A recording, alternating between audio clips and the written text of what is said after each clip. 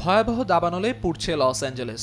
গত মঙ্গলবার থেকে শুরু হওয়া বিধ্বংসী এই দাবানলে এরই মধ্যে ৩৬,০০০ একর জমি পুড়ে গেছে। ধ্বংস হয়েছে ১০,০০০-এর বেশি স্থাপনা। বাড়ছে মৃতের সংখ্যাও। আগ্রাসী দাবানল থেকে বাঁচতে বেশিরভাগই নিরাপদ আশ্রয়ে সরে পড়লেও শেষ সম্বল হিসেবে নিজের প্রিয় বাড়িটিকে বাঁচাতে এখনও কেউ কেউ আপ্রাণ চেষ্টা করছেন।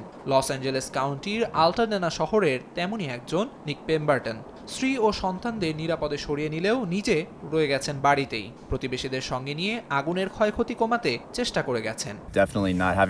এত বেশি দাবানল ছড়িয়ে পড়েছিল যে দমকল কর্মীরা এখানে আসতে পারেননি। তাদের উপস্থিতি একেবারেই কম ছিল, তাই নিজেরাই আগুন নেভানোর চেষ্টা করেছি।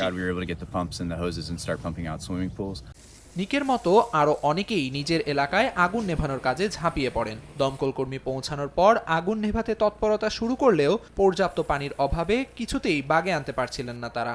স্থানীয়দের সঙ্গে নিয়ে কোনো মতে একটি জেনারেটর ও পাম্প জোগাড় করে পানির ব্যবস্থা করেন নিক। তাদের প্রচেষ্টায় কিছু ঘরবাড়ি বাঁচানো সম্ভব হয়। পর্যাপ্ত জনবল ও পানির সংকটের কথা স্বীকার করেছেন লস অ্যাঞ্জেলেসের দমকল বাহিনীও। শহরটি এখনও দাবানল মোকাবিলার জন্য প্রস্তুত নয় বলে মনে করেন বিশেষজ্ঞরা।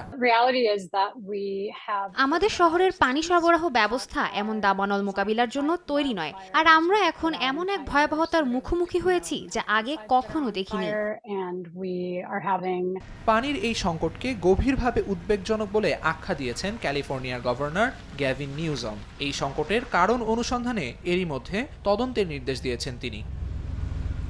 আমিরুল ইসলাম আলিফ, সময় সংবাদ।